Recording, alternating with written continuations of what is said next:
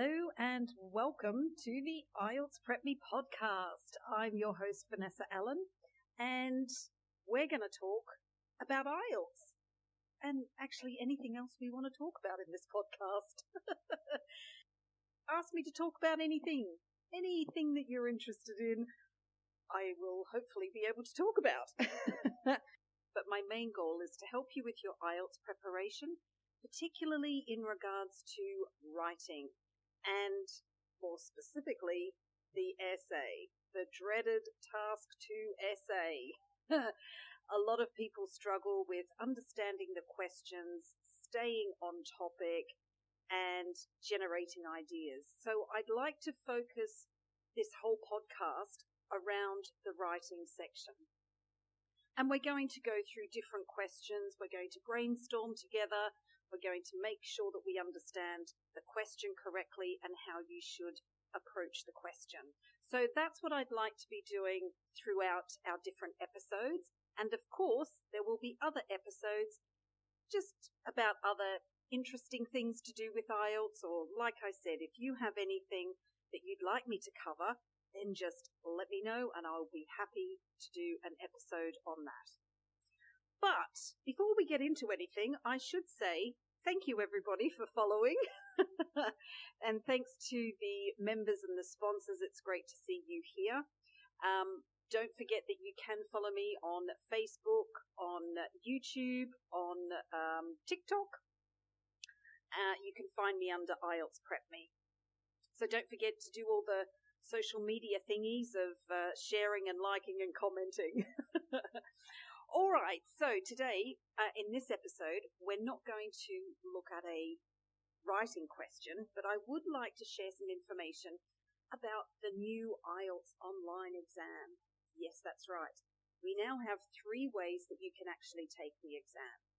We've got the traditional paper-based exam, the computer-delivered exam, and now the IELTS Online exam.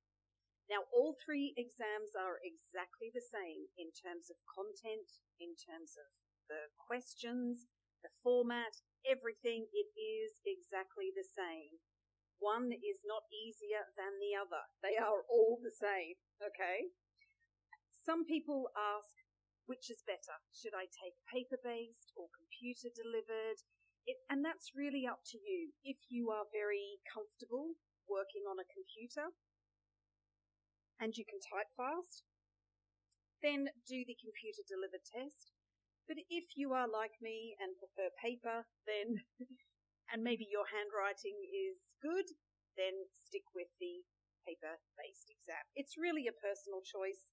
Like I said, there is no difference. The only change is that when it comes to the paper-based exam, in the listening section, you do get an extra 10 minutes at the end of the listening to transfer your answers over to the actual answer sheet. You don't have that in the computer-delivered test because you are typing your answers directly onto the computer sheet. So you don't need time to transfer any answers. You do get an extra 2 minutes, but you don't get a full 10 minutes. So that's the only difference. Also, when it comes to paper-based exams, they generally take 13 days to come back with your scores, so you have to wait quite some time. Whereas with the computer-delivered test and the new IELTS Online, it's only 3 to 5 days. So the trauma of waiting is not as great. So what is this IELTS Online test? To be honest, I don't have a lot of information about it as yet. What I do know is that we were waiting for it to be released to the public in January. But unfortunately, there was clearly some delays, and it has only just recently started to be released to certain countries and test centres. It is now available in Egypt. Now, it's not available through the British Council as far as I'm aware up until now, but I have seen that it is available through the IDP. So you would have to check with the British Council, IDP, just to check whether they are actually running it in your country and in your area. You do have to be careful of a couple of things. First and foremost, your internet connection at home. You have to have a stable internet connection. If you don't, and the connection goes down, I think you will probably lose the exam. So, do not take the online test unless you have a good internet connection, a stable one, and a fast one. Some people will be asking, but how is it secure? It must be easy for somebody else to be in the room to give you the answers. You can Google while you're sitting the exam. That's not the case.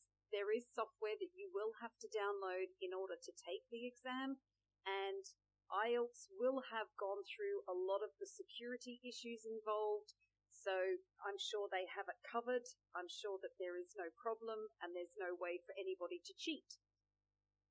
The other important thing to note is that this is only available for academic students. Those who are taking the academic exam can sit the IELTS online test. But for anybody wanting to immigrate or take the general exam, it is not available. Sorry about that, but it is only available for academic exam takers. So at the moment, we don't have a lot of feedback.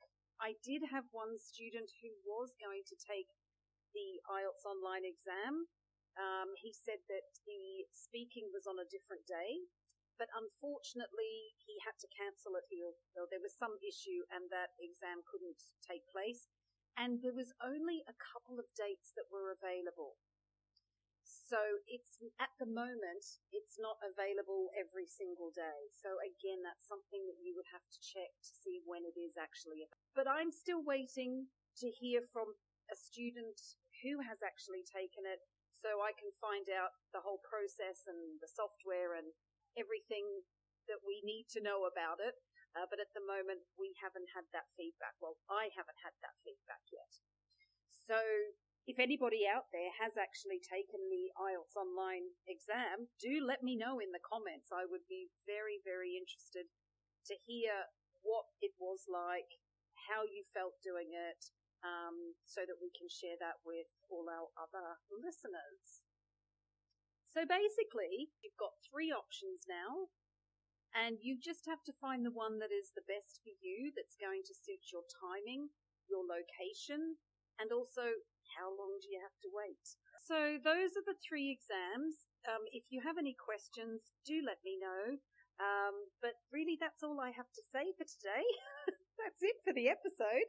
It's a short episode, but in the next episode, I will be going through one of the essay questions so that we can have a deeper dive, or we can delve deeply into the question itself to try and understand what they're actually looking for in terms of task response.